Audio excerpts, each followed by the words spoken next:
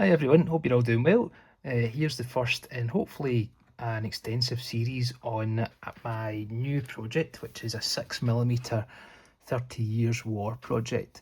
This is going to be a semi-fictitious battle set in 1633. For those of you who know about the 30 Years War, it's sort of split into very distinct phases. So this is going to be in the quote-unquote Swedish phase, with a few alterations. So the Battle of Breitenfeld, which was a resounding Catholic defeat, was more of a stalemate. So the Count of Tilly had more men at his disposal, as well as reinforcements, and he worked more closely with his sort of imperial mercenary counterpart, Albrecht von Wallenstein, and as well as that, Gustavus was working more closely with German allies and recruited more himself. So this is going to be a really big battle, probably quite a bit bigger than most of the battles, or I believe all of the battles in the 30 Years War are, or happen to be. It seemed to be that the biggest battles never really got close to 100,000 combatants. I think probably the closest was the Battle of Alta Vesta, which is a sort of kind of siege battle. I think that had about maybe 90,000 combatants, but others like Breitenfeld, Nördlingen, Lutzen, very interesting battles, but they never got very big. And as someone who sort of came from Napoleonics and that sort of thing, it's a little bit kind of disappointing when you see how small these battles are, as much as they were very impactful to European history. So I tried to, manufacture a scenario, however preposterous, where you could have quite a big battle going on, but not so outlandish that it just wouldn't be possible at that time. So uh, the Swedes are going to be slightly outnumbered, so they're going to be the defenders in this case, because they're having to face an onslaught from multiple factions. So the Catholic League will be the primary combatants under Tilly, with a sizable imperial contingent under Wallenstein and a small Spanish contingent under the Duke of Feria. And then they'll be opposed by the Swedes and Protestant allies under Gustavus Adolphus, and I think I've made it von Arnim as the sort of German allied commander. So, without further ado, this is the first few units. This is just going to be some sort of done within rules of my own devising. So, I'm still to write the rules for this, but going to keep them quite simple.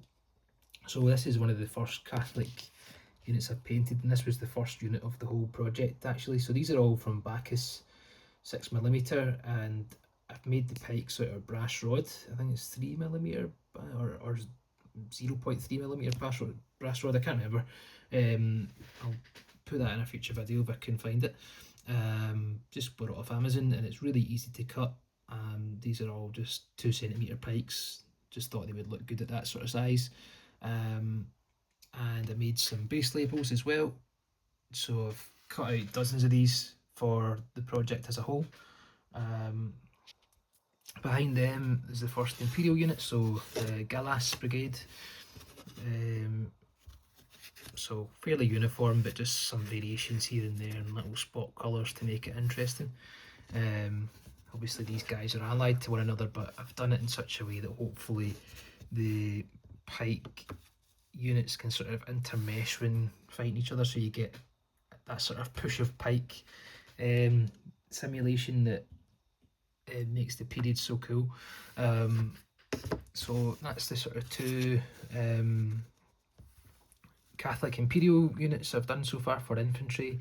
A unit of cuirassiers. Now these are sort of tryout units in terms of base sizes. I don't know which I prefer. I quite like the big base, to be honest. I quite like the scenic aspect of it, and the fact that it sort of mirrors the width of the infantry bases, albeit that it's not quite as deep.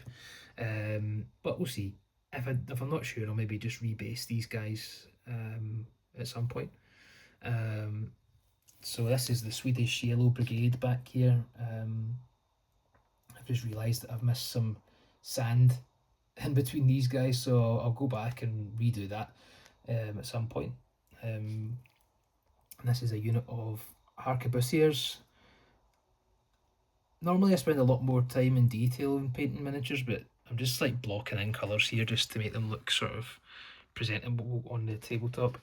And one of my favourite characters of the period, and with one of the best names ever, is uh, General Feldmarschall Gottfried Heinrich Graf zu Pappenheim. What a fantastic name.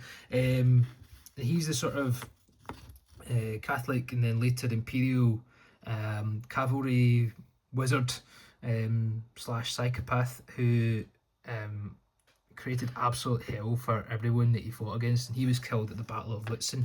So in this scenario, he survives Lutzen and is able to continue in this fictitious battle, which I'm going to call the Battle of Falkenhof Heights. So the Swedes will be defending and the Catholics attacking. So the Swedes will be slightly outnumbered, as I say, and the Catholics and Imperials will be the primary attackers. Just for a bit of fun, I'll need to like crack on with more chunky units, but I just thought I'd have a little go at trying to paint the another great name, Field Marshal Johann Serklas, Count of Tilly, who's the overall commander of the Catholic Imperial Army here. This is actually a British Napoleonic general model.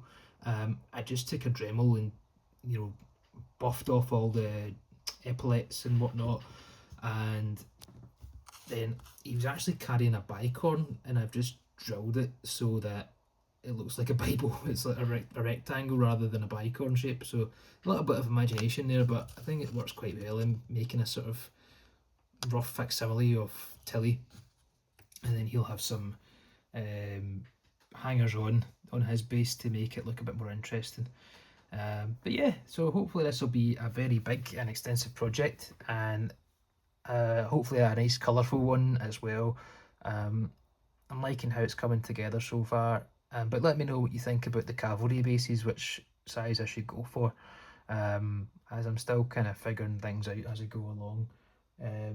But I'll speak to you all soon and hopefully have some more updates in the next while. Cheers!